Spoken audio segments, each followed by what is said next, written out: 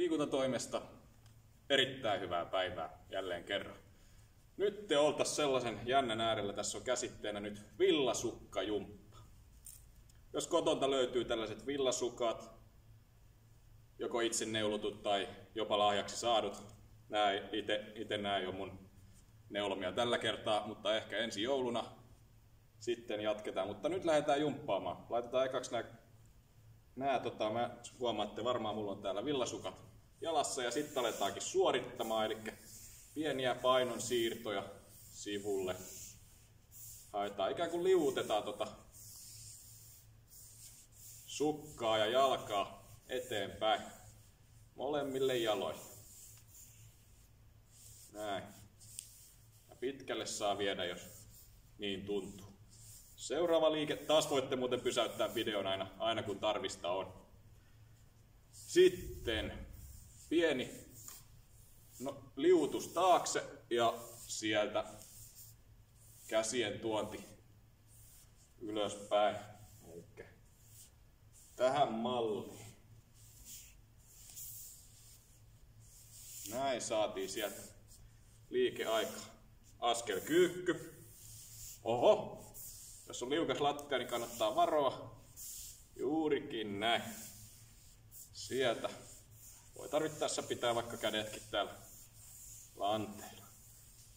Eli tähän malliin. Jes, hieno homma. Seuraavaksi luistellaan. Vaikka onkin hieman vähän ollut jäätä ja lunta tänä talvena, niin silti harjoitellaan nyt sisällä mukavasti. Näin, luistellaan. Sieltä. Tää on tällainen vuorikiipeilijä liike siis, ja täältä voi tehdä myös risti. Ja haastetta tehdään vielä matalammalla penkillä tai sitten ihan maassa punnerusasennosta.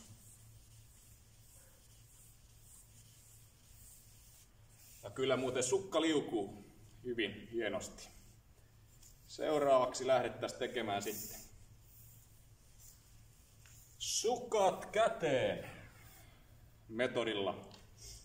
Täältä näin otetaan nämä meidän komiat villasukat käteen ja sitten tässä voi laittaa joko konttausasento tai punnerusasento.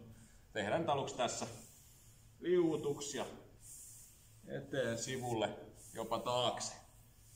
Tässä voi tätä tukikättä saa koukistaa ja pehmentää vähän. Saa sieltä. Näin näytetään vielä tässä suunnassa.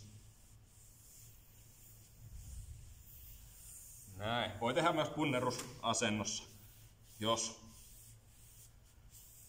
onnistuu. Näin. Seuraavaksi lähdettäisiin tekemään sitten pyöritystä vielä. Sama juttu. Pieni konttausasento tai punnerusasento.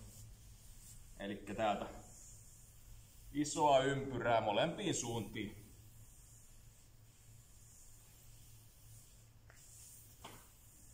Ja näytetään vielä täällä tähän malliin.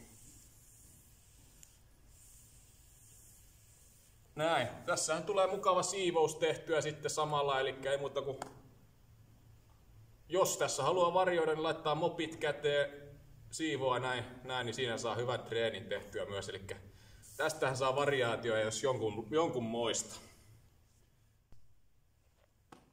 No niin, ja sitten vielä, jos kotoa löytyy joku seinä, niin sitten vaan taas sukat käteen ja lähdetään suorittamaan seuraavaksi maalariliikettä. Ihan täältä.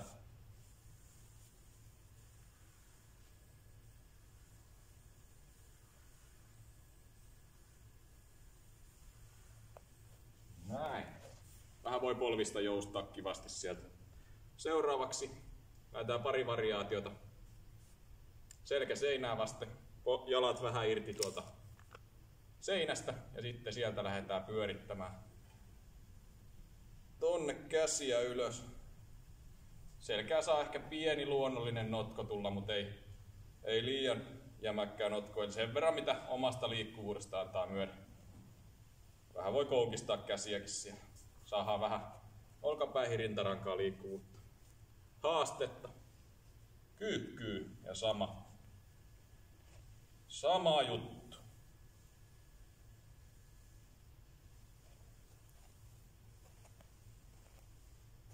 Noin.